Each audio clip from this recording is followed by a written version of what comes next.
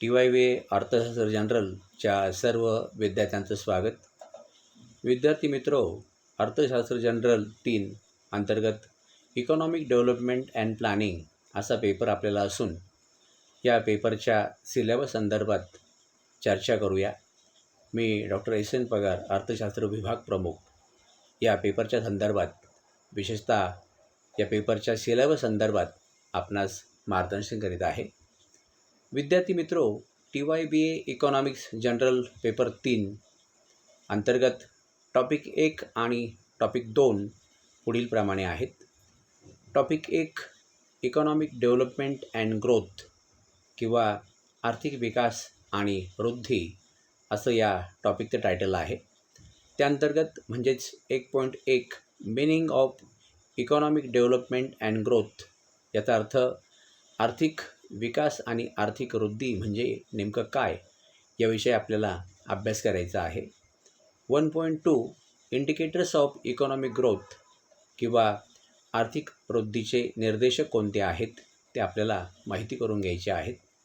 1.3 indicators of economic development म्हणजेच आर्थिक विकासाची निर्देशक आपल्याला माहिती करून घ्यायचे आहेत. 1.4 difference between economic development and growth म्हणजेच आर्थिक विकास आणि वृद्धीच्या संदर्भात नेमका काय फरक आहे तो फरक आपल्याला माहिती करून घ्यायचा आहे. तर टॉपिक 2 अंतर्गत म्हणजेच डेव्हलपिंग कंट्रीज किंवा विकसनशील देश या संदर्भात आपल्याला अभ्यास करायचा आहे. त्याअंतर्गत 2.1 कॉन्सेप्ट डेव्हलपिंग कंट्रीज म्हणजेच विकसित आणि विकसनशील देश. 2.2 कॅरेक्टरिस्टिक्स ऑफ डेव्हलपिंग कंट्रीज म्हणजेच विकसनशील देशांची वैशिष्ट्ये ती पुढीलप्रमाणे आहेत. Economic characteristics, demographic characteristics, technological characteristics, socio cultural characteristics, other characteristics. यथार्थ असा या टॉपिक अंतर्गत आर्थिक वैशिष्ट्ये, लोकसंख्याविषयक वैशिष्ट्ये, तांत्रिक वैशिष्ट्ये, सामाजिक आणि सांस्कृतिक वैशिष्ट्ये आणि इतर प्रकारची वैशिष्ट्ये आपल्याला अभ्यासायची आहेत. तर टॉपिक 3 अंतर्गत म्हणजेच कन्स्ट्रेंट्स ऑन डेव्हलपमेंट प्रोसेस किंवा विकास प्रक्रियेमध्ये कोणत्या प्रकारचे अडथळे येतात याविषयी आपल्याला अभ्यास करायचा आहे.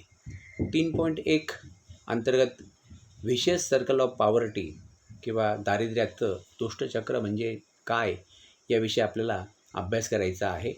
3.2 अंतर्गत पॉप्युलेशन एक्सप्लोजन किंवा लोकसंख्या प्रस्फोट हा प्रश्न अभ्यासायचा आहे. 3.3 अंतर्गत लो प्रोडक्टिव्हिटी ऑफ ॲग्रिकल्चर किंवा शेतीची कमी उत्पादकता या संदर्भात आपल्याला अध्ययन करायचे आहे. 3.4 अंतर्गत स्केअरसिटी ऑफ कॅपिटल किंवा भांडवलाची दुर्मिळता या संदर्भात अभ्यास करायचा आहे.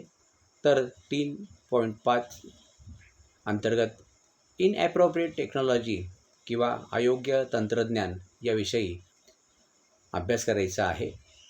3.6 अंतर्गत सोशो कल्चरल कन्स्टेंट किंवा सामाजिक सांस्कृतिक अडथळे याविषयी अभ्यास करायचा आहे. तर 3.7 अंतर्गत पॉलिटिकल अँड ॲडमिनिस्ट्रेटिव्ह कन्स्टेंट किंवा राजकीय आणि प्रशासकीय अडथळे कोणते आहेत याविषयी आपल्याला माहिती करून घ्यायची आहे.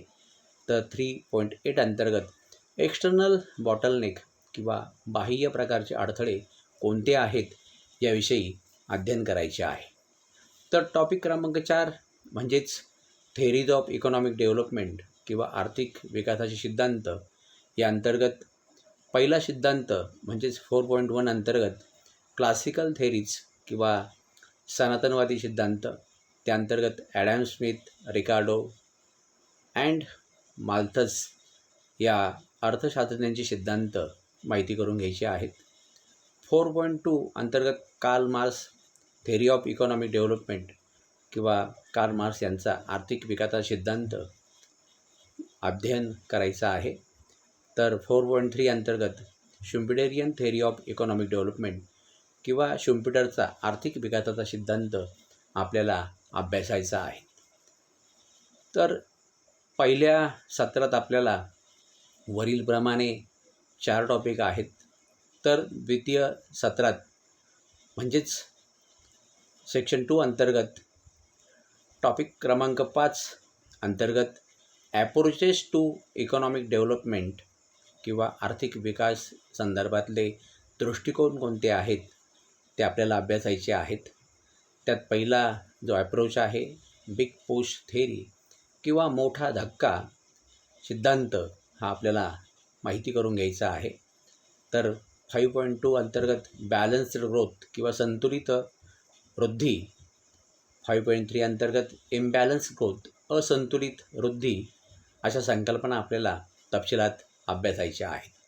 तर टॉपिक 6 अंतर्गत फॉरेन कॅपिटल अँड डेव्हलपमेंट म्हणजेच विदेशी भांडवल आणि विकास या अंतर्गत 6.1 meaning and role of foreign capital in economic development किंवा विदेशी भांडवलाचा आर्थिक विकासातील सहभाग किंवा भूमिका नेमकी कशी आहे याविषयी आपल्याला अभ्यास करायचा आहे. तर 6.2 अंतर्गत प्रॉब्लेम्स ऑफ फॉरेन कॅपिटल विदेशी भांडवलाच्या समस्या कोणत्या आहेत ते या अंतर्गत आपल्याला अभ्यासायचे आहे.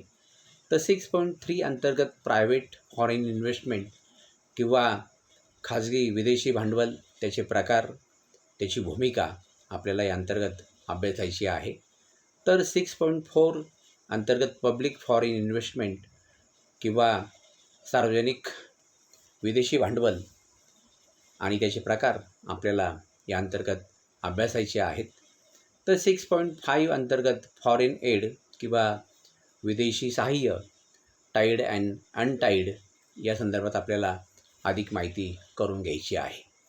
तर टॉपिक क्रमांक 7 मॅक्रो इकॉनॉमिक पॉलिसी किंवा स्थूल आर्थिक धोरणे असं टायटल असून त्या अंतर्गत आपल्याला 7.1 मॉनिटरी पॉलिसी म्हणजेच चलनविषयक धोरण किंवा मौद्रिक धोरण, ऑब्जेक्टिव्ह इन्स्ट्रुमेंट्स अँड लिमिटेशन्स म्हणजेच चलनविषयक धोरणाची उद्दिष्टे, त्याची साधने आणि त्याच्या मर्यादा आपल्याला माहीत करून घ्यायच्या आहेत. तर 7.2 अंतर्गत फिस्कल पॉलिसी किंवा राजकोषीय किंवा राजवित्तीय धोरण म्हणजे नेमकं काय ते आपल्याला माहिती करून घ्यायचं आहेत. त्या धोरणाची उद्दिष्टे, त्याची साधने, त्याच्या मर्यादा या युनिट अंतर्गत आपल्याला अभ्यासायची आहेत. तर 7.3 अंतर्गत fiscal policy in cyclical fluctuation म्हणजेच चक्रीय जे बदल होत असतात त्या संदर्भात राजकोषीय धोरणाची नेमकी भूमिका कशी आहे ते आपल्याला या अंतर्गत माहिती करून घ्यायची आहे.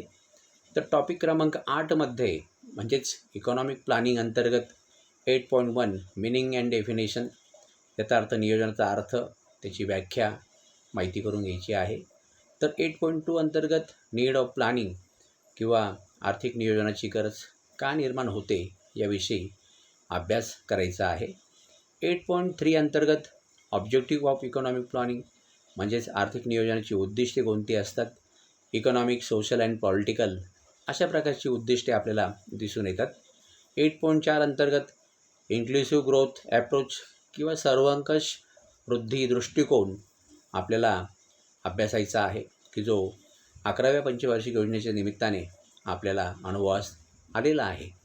तर 8.5 अंतर्गत national institution for transforming India आयोग किंवा नीती आयोग या संदर्भात आपल्याला अधिक तपशिलात अभ्यास करायचा आहे. विद्यार्थी मित्रो, पहिल्या टर्मसाठी 4 टॉपिक आणि दुसऱ्या टर्मसाठी 4 टॉपिक असे एकूण 8 टॉपिक आपल्याला वर्षभरात अभ्यासायचे आहेत. या ठिकाणी मी थांबतो. धन्यवाद.